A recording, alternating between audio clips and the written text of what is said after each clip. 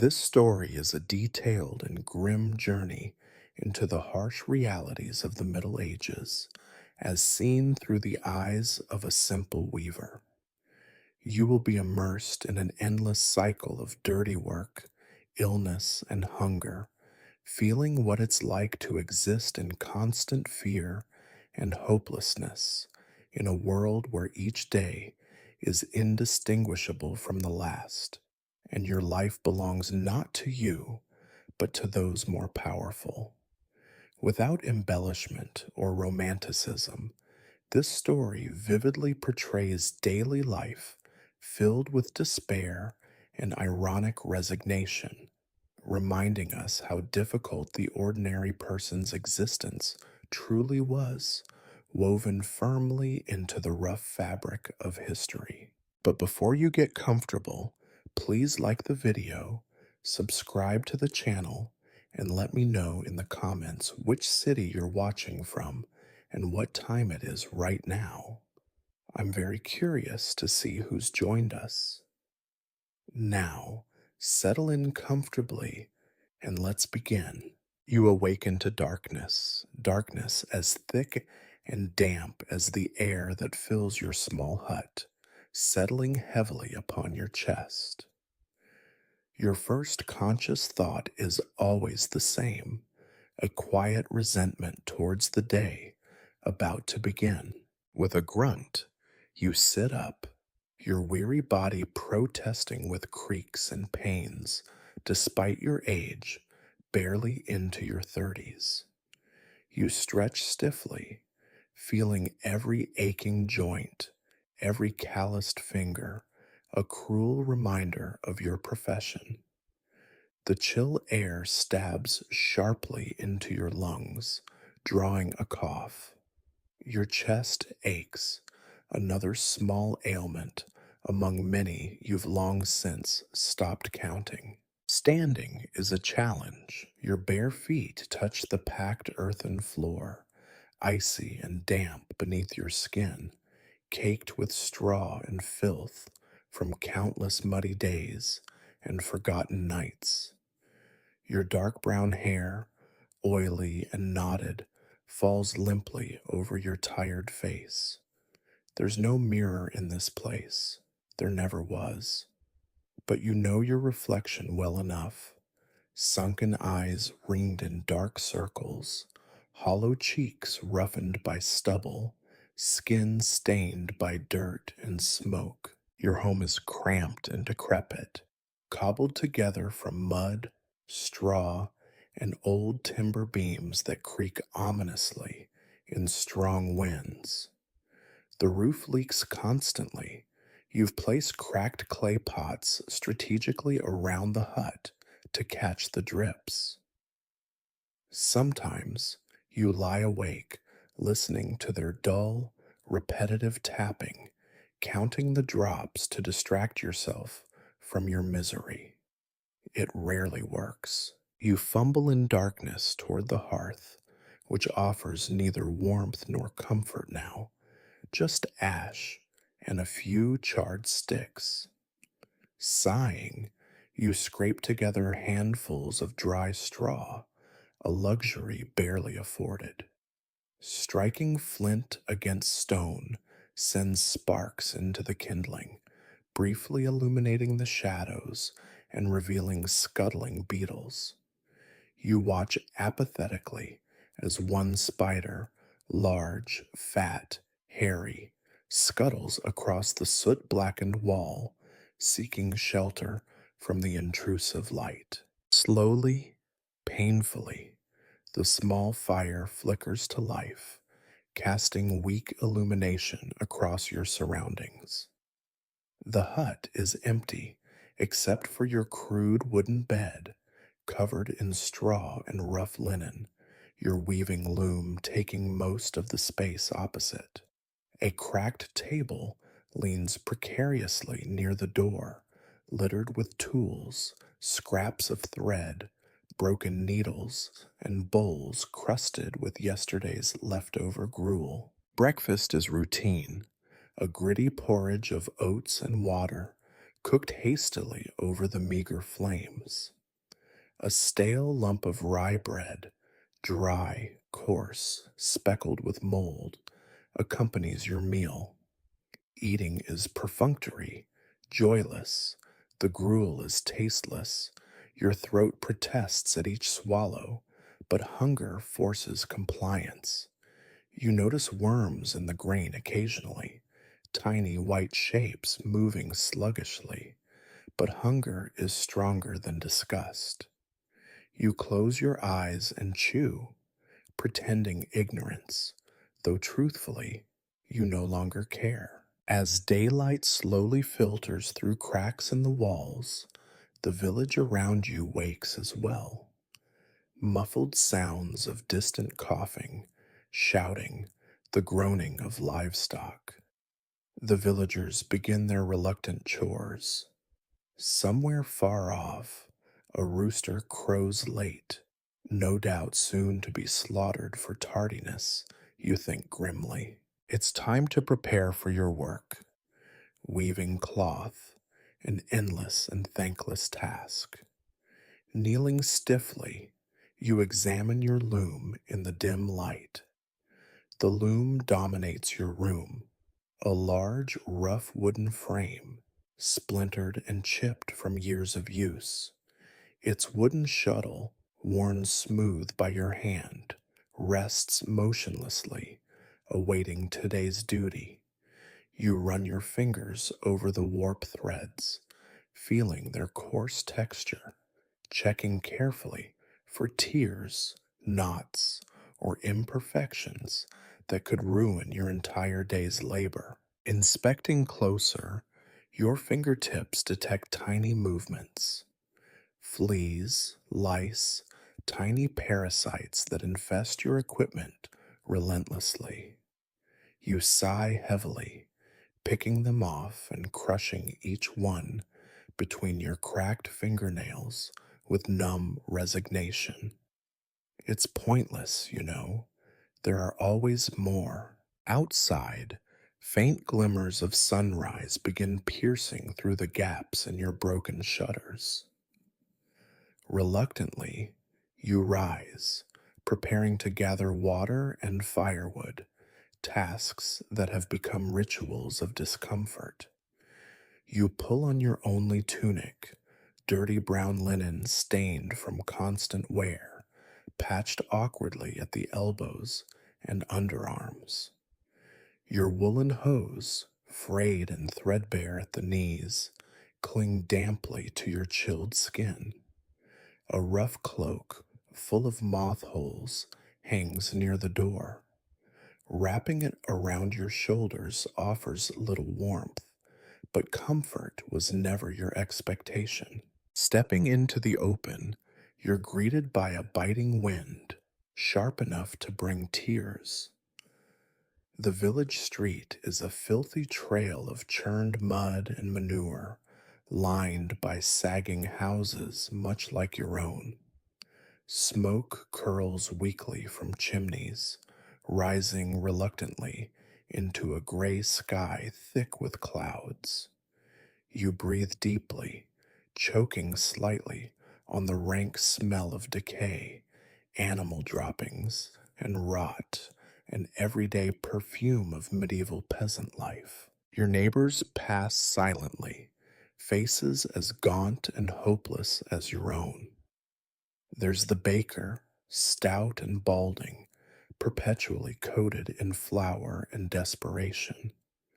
The cobbler's wife, hunched from years spent bent over leatherwork, muttering endlessly to herself. Young children, eyes dull with hunger, shiver silently in doorways, ignored or forgotten by exhausted parents. You nod briefly in greeting to each, words too much effort this early. Collecting water from the communal well is no relief. The rope burns your calloused palms as you haul up the heavy bucket. It splashes onto your bare feet, freezing cold, reminding you harshly of the relentless cruelty in your daily tasks.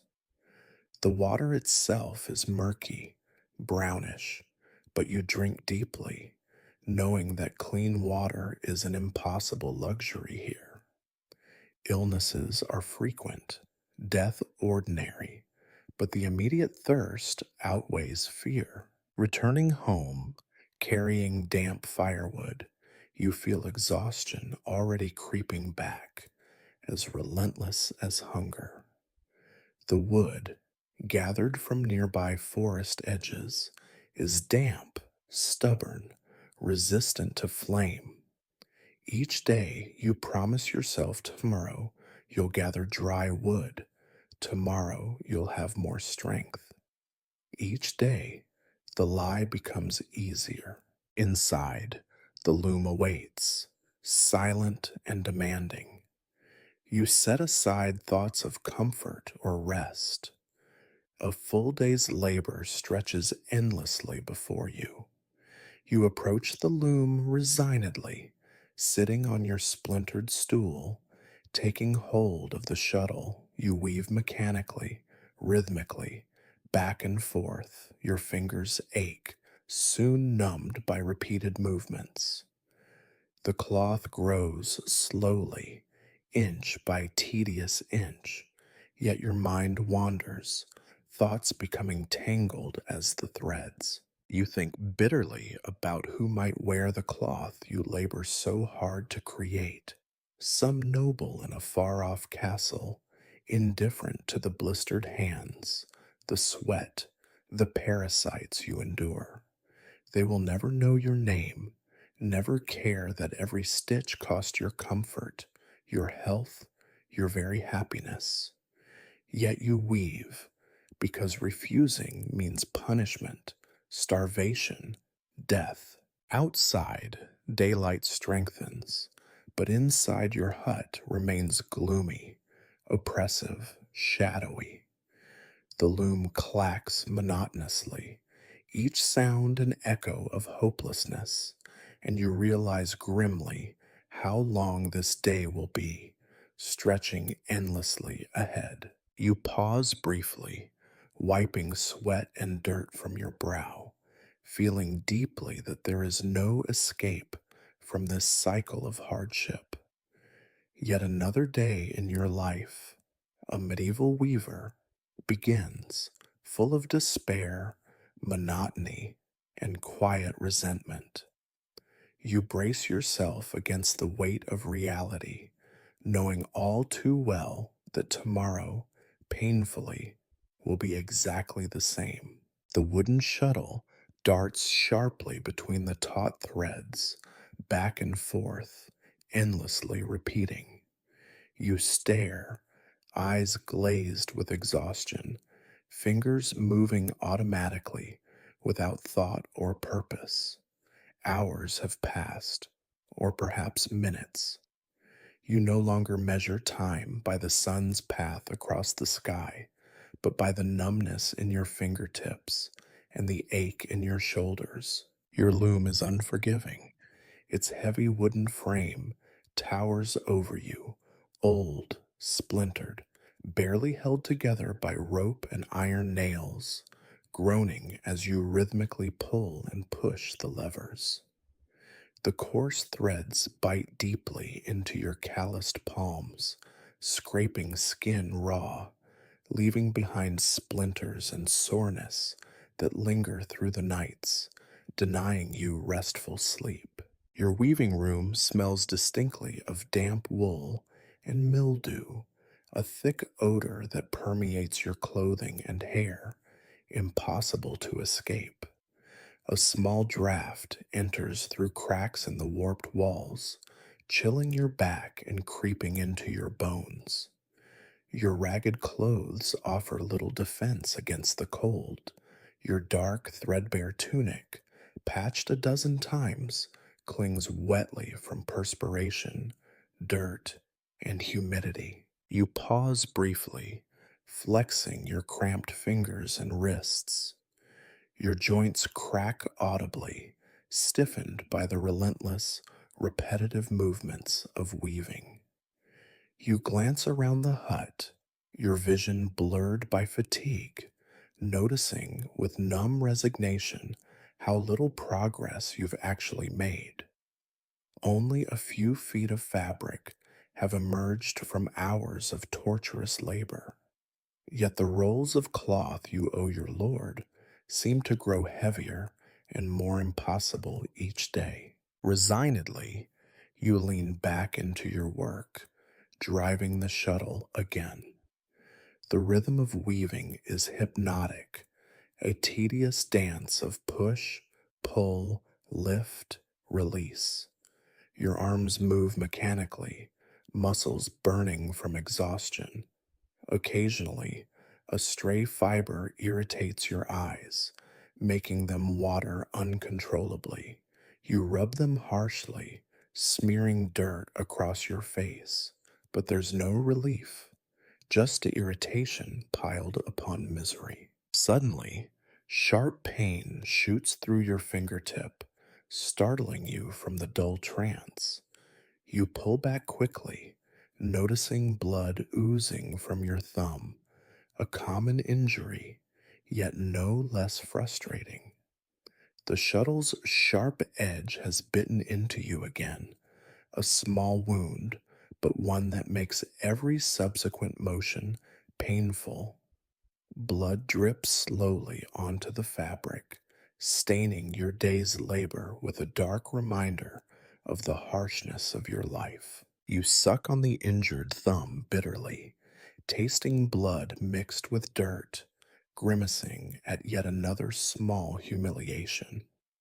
Such wounds are frequent and unavoidable, a constant reminder of your fragile existence. Infection always looms, each small cut a potential threat to life itself, as minor wounds often swell and blacken. You shiver slightly, hoping this time you will be spared. A sudden knock at your door shatters your bleak reverie. Your heart sinks instinctively. Visitors never bring good news.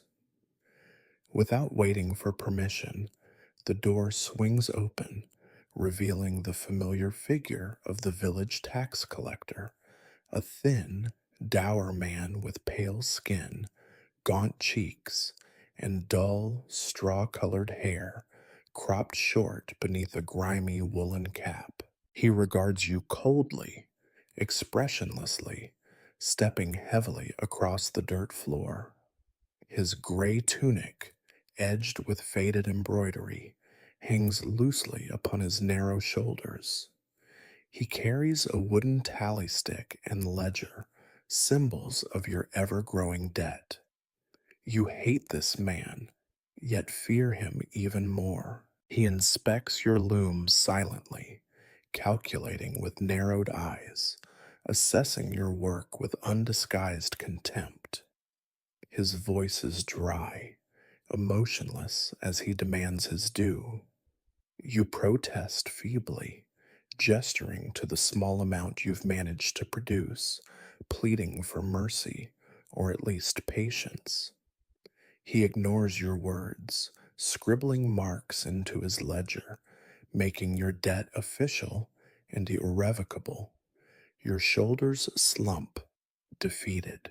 Without another word, the tax collector gathers a bolt of cloth you've painstakingly woven over days, casually tossing it over his shoulder. Your chest tightens with anger and frustration, but you say nothing, knowing complaints bring only harsh punishment, lashes, imprisonment, or worse. Silently, helplessly, you watch him depart, leaving behind nothing but emptiness and resentment. You return bitterly to your weaving, now working more furiously, though no quicker or better. The shuttle flies angrily between threads, an impotent rebellion against your circumstances. Yet soon fatigue overtakes anger, leaving behind numb acceptance.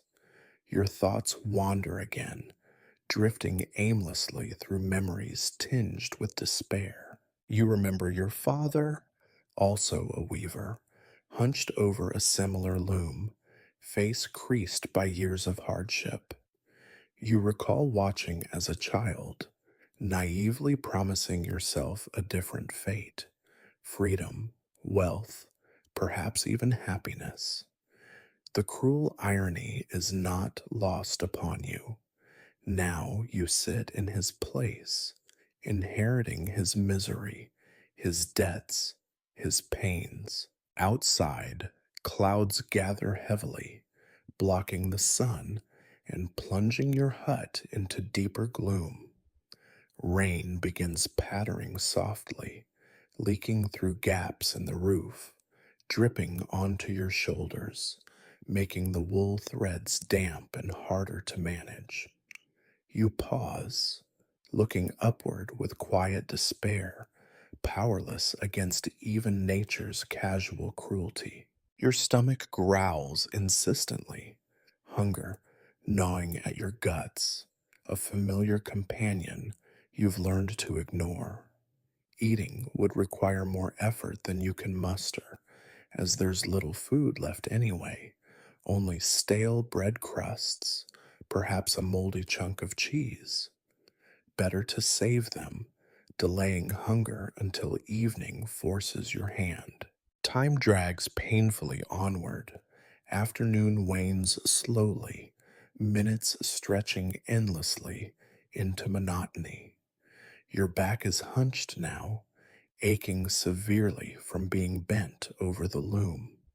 Your eyes sting constantly, blurred by exhaustion and lack of rest.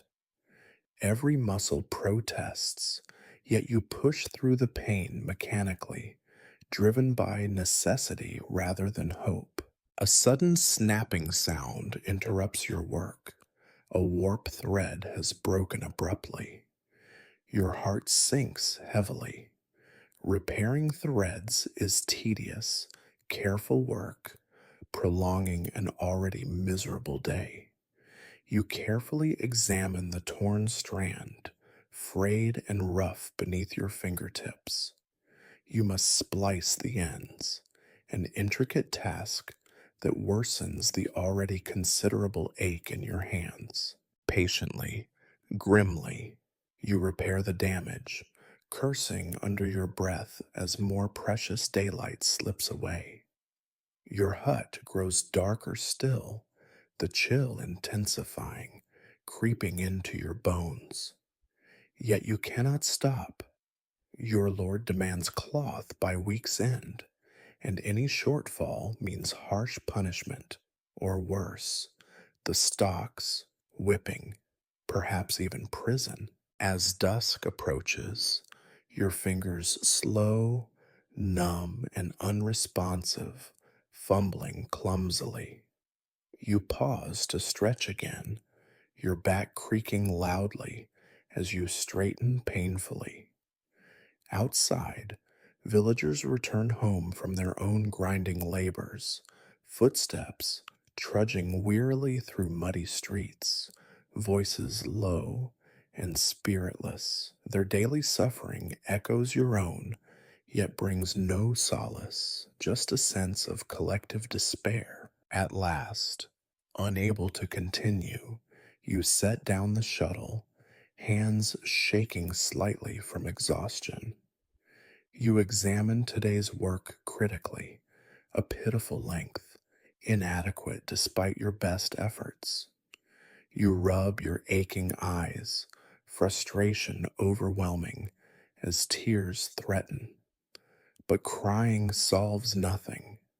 You've learned that lesson repeatedly. Standing stiffly, you stagger towards the hearth to build another weak fire, knowing warmth is fleeting and comfort impossible.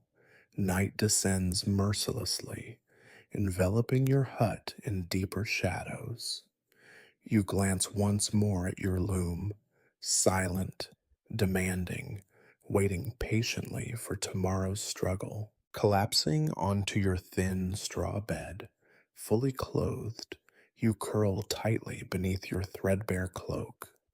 Sleep promises no relief, only brief oblivion before tomorrow's repetition of today's pain. Your last thought is bitter acknowledgement of your endless, meaningless toil, trapped forever in the harsh reality of medieval weaving, with no hope for escape. Morning arrives again, a brutal awakening to familiar miseries. You lie motionless, unwilling to move until necessity compels you. Your small hut reeks of mildew and stale sweat, odors you've grown accustomed to, though never learned to accept. Slowly, reluctantly, you open your eyes to face yet another day of relentless suffering. Rising from your straw mattress, you pause as a wave of dizziness overtakes you. Hunger gnaws sharply at your gut, accompanied by the persistent dull ache that never fully subsides. It is a pain you've known since childhood, constant, familiar, impossible to soothe entirely. Yet today it feels sharper, more insistent. You try to shake it off, swallowing dryly as you move stiffly toward your water bucket, only to discover it empty. Grumbling softly to yourself, you step outside to draw water from the well. The village greets you with its usual dismal sight, a narrow dirt street lined with huts, walls sagging, roofs patched haphazardly with straw. The air is thick and pungent, mingling odors of manure, rotting refuse, human waste, and decomposing animal remains that villagers toss carelessly into muddy streets. Children, emaciated and dirt caked, stare blankly as you pass. Their hollow eyes seem older than their frail bodies, haunting reminders of poverty and hopelessness. A stray dog, mangy, limping, ribs visible beneath patchy fur, scavenges eagerly through a pile of garbage nearby. Its presence barely draws your attention, such sights too common to evoke sympathy anymore. Reaching the communal well, your stomach churns as you peer into its murky depths. The water appears brownish green, speckled with floating debris. Still, thirst drives you forward, and with an effort, you hoist the dripping bucket upward. The water smells stagnant, slightly metallic, hinting at contamination from rust and worse things deep below. You take a cautious sip, grimacing as the taste coats your tongue. It tastes foul, like iron, algae, and decay, but you drink anyway, knowing you have no choice. Returning home, you pause to glance down at your hands, noticing skin that is dry, cracked, and inflamed. Small red sores, an all too common condition, itch persistently, though scratching offers only fleeting relief. Parasites plague every villager, hiding invisibly in bedding, clothing, and hair, relentlessly biting, irritating, and spreading disease. They are silent tormentors you've long learned to endure with dull resignation. Entering your hut once more, your gaze drifts to your loom, an object of both necessity and dread. But today, your attention falters, your thoughts dominated instead by a sharp pain behind your eyes. A dull headache grows steadily worse, adding yet another layer to your daily discomfort. You pause to rub your temples, breathing heavily through gritted teeth. You force yourself to prepare breakfast, a ritual of desperation rather than sustenance. Bread, hard as stone and tinged with greenish mold, is paired again with gruel, thin and flavorless. You chew mechanically, eyes half closed, thoughts drifting into nothingness. Halfway through your meal, nausea overtakes you suddenly. You stand hurriedly, stumbling toward the door, retching violently into the dirt outside. Your stomach empties painfully, leaving you gasping and weak. Neighbors glance briefly in your direction, their faces expressionless. They too are familiar with such scenes. Illness is an accepted companion, its presence neither noteworthy nor unusual. You wipe your mouth with a shaking hand, ashamed yet unsurprised. Returning inside, you rinse your mouth with more contaminated water, knowing fully well it may prolong your sickness. Sitting down heavily on your weaving stool, you notice faint swelling around your ankles, a new symptom, perhaps from poor diet or standing endlessly at your loom. You press gently, wincing slightly at tenderness. Such ailments are common enough. Villagers often whisper grimly of dropsy, the slow, swelling illness that creeps from limb to limb, claiming life inch by inch. You push the thought away quickly, anxiety adding unnecessary torment. With great effort, you attempt to resume weaving, fingers fumbling clumsily. But the shuttle feels heavier today, your motions sluggish and imprecise. Fatigue gnaws relentlessly, clouding your mind. A sudden, harsh cough interrupts your labor, shaking your chest violently, leaving you breathless and dizzy. Your thoughts darken further, recalling neighbors lost recently to plague, consumption, or simple fevers. Each death marked by quiet resignation rather than grief. Life is cheap and fragile here, extinguished silently without fanfare. Fear of illness is ever present, lurking beneath every cough or pain, a grim shadow cast across your existence. You pause again, noticing movement on your forearm. Tiny insects, fleas, lice, crawl swiftly through hairs, biting painfully. You scrape furiously at your skin, catching one flea between fingernails, crushing it viciously. The parasite's small victory, a spot of blood, marks your arm. Your irritation grows futile. These battles never end. From outside your hut, voices rise urgently.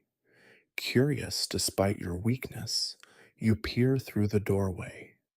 Several villagers carry a limp body. A young woman, barely 20, her dark hair filthy, face pale, eyes staring emptily upward.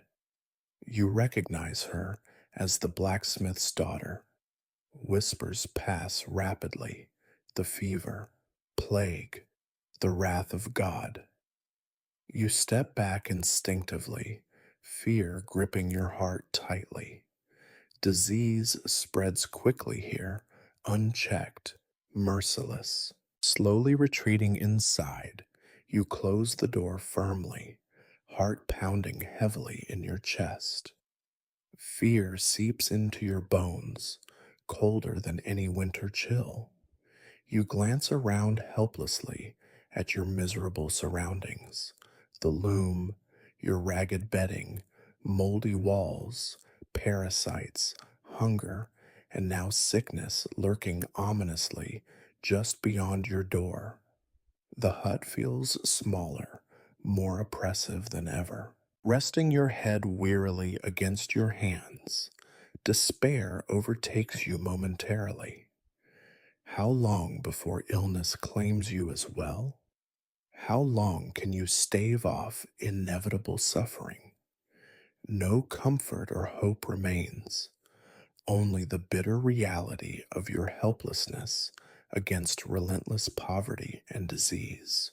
Evening arrives, darkness seeping through cracks in the hut's walls. You've accomplished little weaving today, the fabric no longer a priority as fear and illness drain your strength. You crawl exhaustedly into your bedding, chills overtaking you despite heavy blankets. Fever creeps steadily upward, bringing vivid nightmares of shadows and decay. In restless dreams, you wander streets filled with rotting bodies, rats gnawing relentlessly at decaying flesh.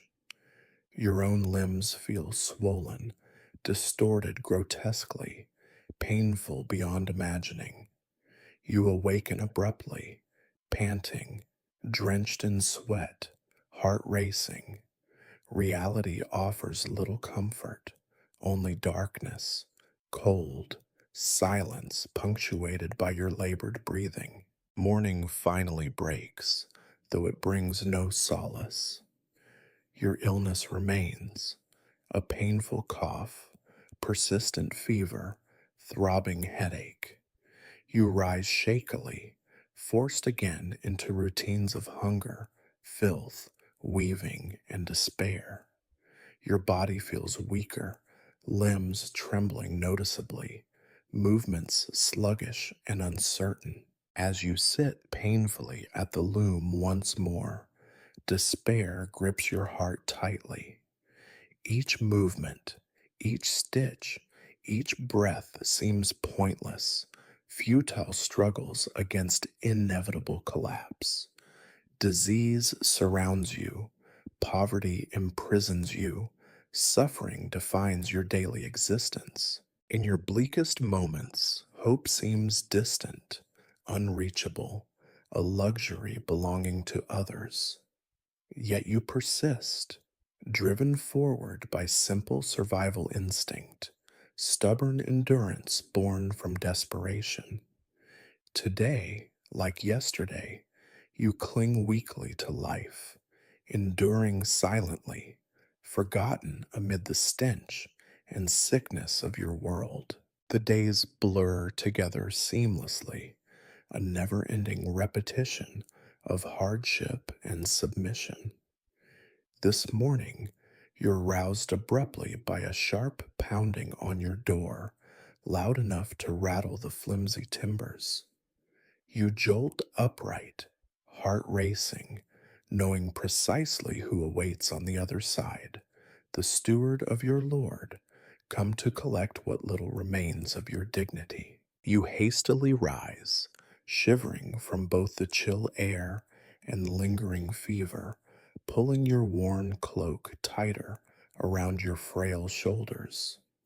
Your limbs protest painfully, yet you stumble forward, opening the door to the familiar sneer of the steward, a tall, gaunt man in his 40s. He stands impatiently, dark eyes narrowed beneath graying hair, dressed meticulously in dark woolen robes embroidered with your Lord's crest, a golden eagle mocking your poverty with its regal bearing. He surveys your pitiful hut, disgust evident in the curl of his lips. His gaze shifts disdainfully from your filthy clothing, stained and patched beyond recognition, to your weaving loom, which now seems like a torturous instrument of bondage. He clears his throat sharply, breaking the tense silence. Lord Alberic demands cloth, he announces coldly. You are late again.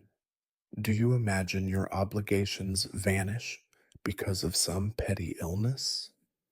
His words drip with contempt, each syllable piercing your fragile self-worth. You open your mouth to protest feebly, but your voice fails. Words seem useless now, mere echoes swallowed by your relentless subjugation. He enters without invitation, brushing past you roughly. Your fists clench involuntarily, fingernails biting painfully into calloused palms, yet you hold back, knowing resistance would earn only lashes, or worse. He approaches your loom, inspecting the unfinished fabric. With an expressionless face, he pulls harshly at the threads, tearing hours of painstaking labor. Your stomach twists sickeningly as you watch helplessly. Pathetic, he sneers, casting the torn cloth aside. This barely covers your debts from last month. You nod silently, gaze lowered, humiliation burning hotly across your face. He turns back to you, eyes cold, pitiless. Today, you will pay another way. Your heart sinks further. The steward lists today's demands: repairing the village road, digging drainage trenches near your lord's fields, hauling grain sacks from sunrise until sunset. Each chore carries its own physical torment, and none will reduce your debt. You nod again silently, feeling the heavy weight of forced obedience pressing relentlessly down upon your shoulders. Outside, the village greets you with its usual misery. Other peasants shuffle wearily, faces gray with fatigue, eyes hollow and resigned. You fall in line silently, joining a small group tasked with repairing the road. Your companions share your hopelessness, men young and old, clothed in rags, backs bent permanently from ceaseless labor. Their faces blur into one another, a living testament to generations bound by poverty and subservience. You walk slowly, feet sinking into the muddy streets, now churned into thick sludge by rain. Mud clings stubbornly to your ankles, slowing your steps, sapping precious strength. Arriving at the damaged road, a mere stretch of rutted earth, you begin the brutal task, lifting heavy stones, placing them into position, smoothing dirt over gaps. Your back screams in protest after mere minutes, each stone feeling heavier than the last. Yet you dare not pause. The steward watches coldly from nearby, tallying every missed breath, every pause, every hint of resistance. Hours drag painfully onward, your muscles trembling, sweat streaming down your face, mixing with dirt and grime to form an abrasive paste that irritates your skin. Your hands bleed from rough edges of stone, tiny cuts burning as mud infiltrates each wound. Yet you work mechanically, without conscious thought, each movement driven purely by fear and exhaustion. At midday, you are allowed brief rest, mere minutes sitting quietly beside the road, a small loaf of stale bread provided grudgingly. You eat hungrily, though chewing brings little pleasure, the bread hard, flavorless, barely sufficient to dull hunger's edge. You glance briefly upward. Thick, oppressive clouds hang overhead, threatening more rain, another punishment from nature itself. After lunch, you're moved immediately to trench digging, a crueler task. Shoveling wet earth drains what little remains of your strength, leaving limbs shaking, lungs burning. Mud clings stubbornly to the shovel, requiring extra effort to dislodge, slowing your pace, drawing angry rebukes from overseers. Your breath comes in painful gasps, the ache deepening with each movement. Your companions labor silently alongside you, faces gray with exhaustion, their eyes reflecting your shared despair. A man beside you, older, perhaps 50, gray hair matted beneath a frayed cap, collapses suddenly, knees buckling beneath him. Overseers shout angrily, demanding he rise. He remains motionless, chest rising shallowly, breath rattling audibly.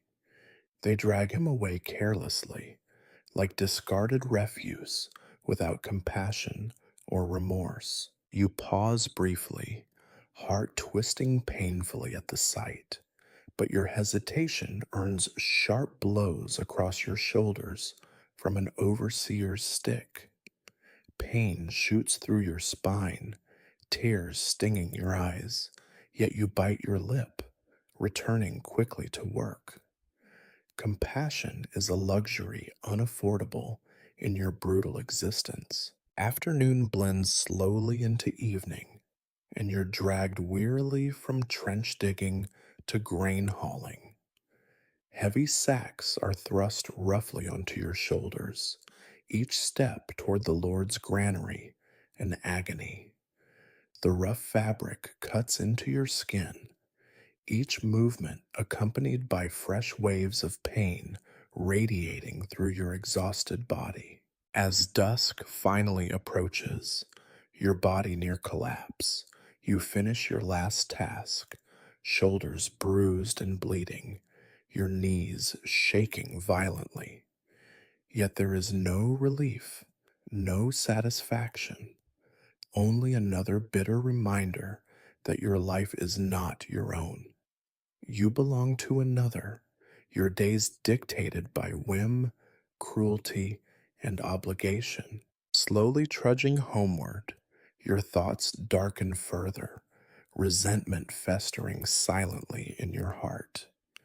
Your tiny hut offers little comfort, only the silent, mocking presence of your loom, reminding you of tomorrow's identical burdens.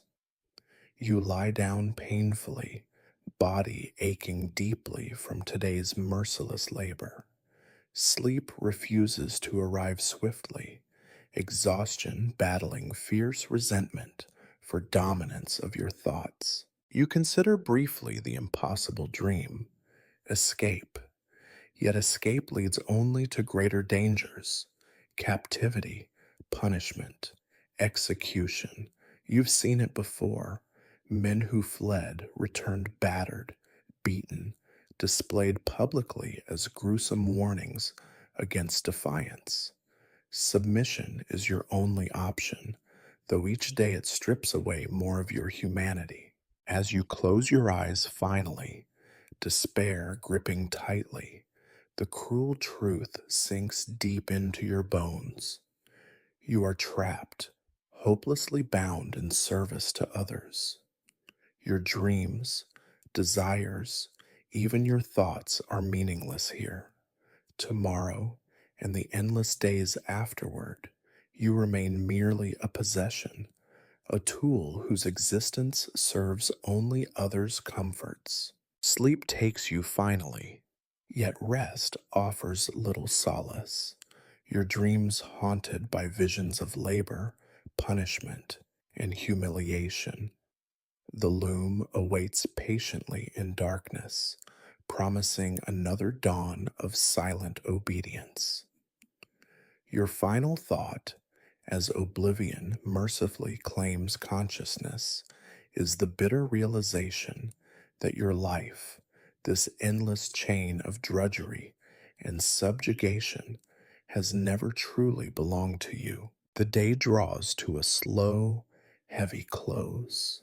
You stumble toward your hut, your feet dragging through thick mud, each step weighed down by the unbearable exhaustion of a day filled with meaningless toil.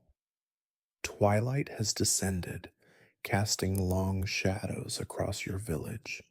a place now bathed in grim obscurity, the gentle glow of dusk doing little to soften the squalor around you. Reaching your home, you pause wearily at the door, briefly hesitating before pushing it open.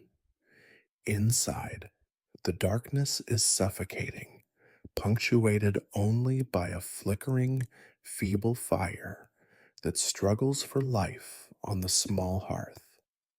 The air within feels stale, thick with humidity, smoke, and an inescapable odor of mold, sweat, and desperation. You step inside reluctantly, the door creaking shut behind you, enclosing you once more in your tiny prison. Your gaze drifts silently across the room, from your loom, silent, mocking, to the bed of straw and rags that serves as your nightly refuge. Your fingers tremble as you remove your cloak, dropping it carelessly onto the rough table. Pain pulses sharply through your body, shoulders bruised from the grain sacks, hands cracked and raw from digging trenches. Yet, this suffering feels normal, so habitual that it barely warrants recognition. You prepare a sparse meal with numb resignation, leftovers of stale bread, a scrap of hardened cheese mottled with mold, and water from your bucket, clouded and lukewarm. Hunger gnaws fiercely, yet eating brings neither comfort nor satisfaction. Each mouthful feels dry, tasteless, difficult to swallow. The act of chewing itself requires effort beyond your depleted reserves. You eat in silence, the only sound the faint crackling of the dying fire. As darkness envelops your hut completely, cold seeps mercilessly into every corner, settling deep into your bones. The chill is sharp, penetrating, unrelenting. You shiver uncontrollably, pulling your ragged cloak tighter around your shoulders, yet the fabric is thin, worn threadbare by years of neglect. Your breaths mist visibly in the icy air, a stark reminder of your hut's frailty against the elements. In the oppressive quiet, your mind drifts inevitably toward your family, people bound to you by blood, but separated by silent walls of hardship.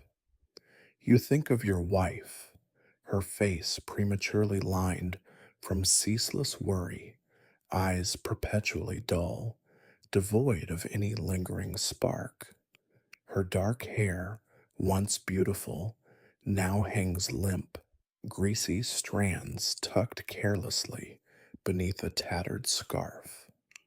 Her days mirror yours, a silent existence of drudgery and submission, spent cooking, cleaning, scraping together meals from almost nothing, always insufficient. You consider your children, two thin, quiet figures with hollow cheeks and eyes too large for their fragile faces.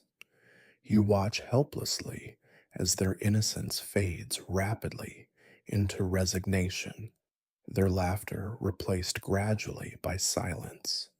Their clothing, like yours, hangs loose, patched and worn, incapable of protecting them from the cold or poverty's relentless humiliation. Your interactions are brief, practical, stripped of warmth or intimacy. Words are few, each sentence a reminder of unmet needs, endless obligations, or approaching hardships.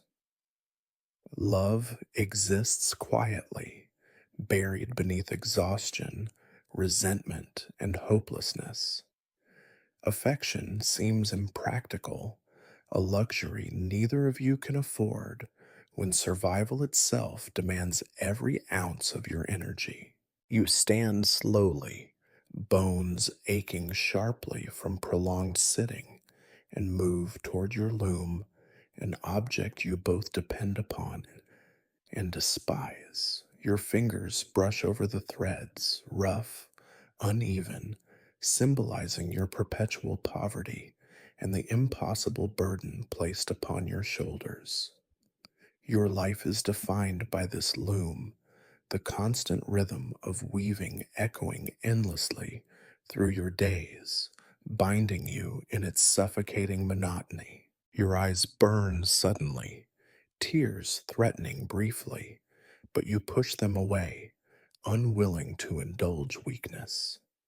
You can not afford emotion, not grief, anger, nor sadness. Your existence demands stoicism, acceptance of daily torment without complaint. You return quietly to your bed, exhaustion finally overpowering despair. You lie down heavily, straw rustling softly beneath your weight, offering little comfort or warmth.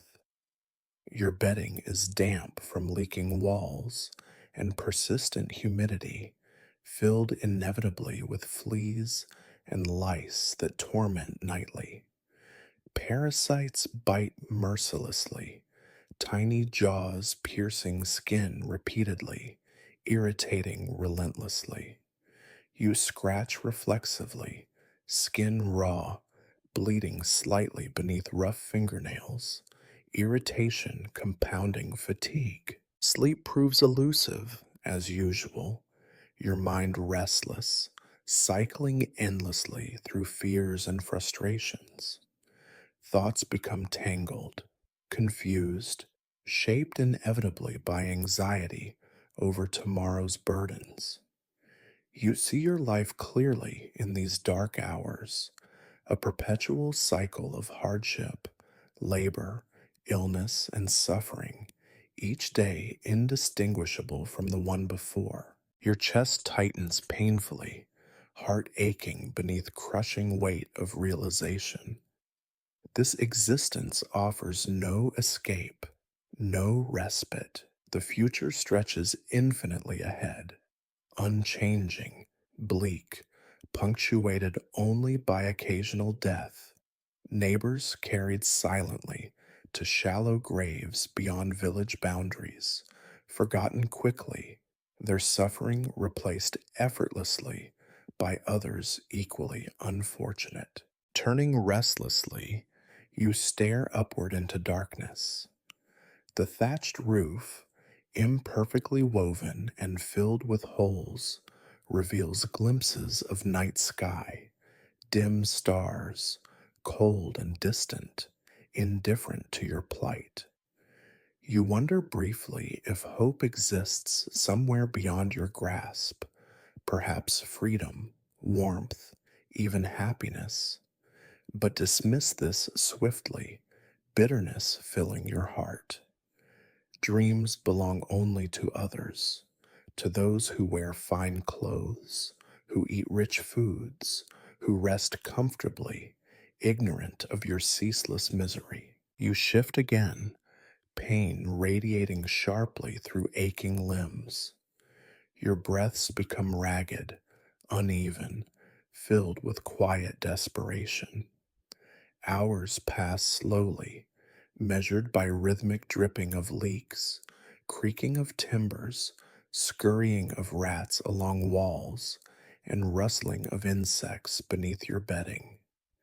These sounds define your nights, constant companions in isolation and despair. Eventually, sleep overtakes consciousness, yet dreams offer no relief.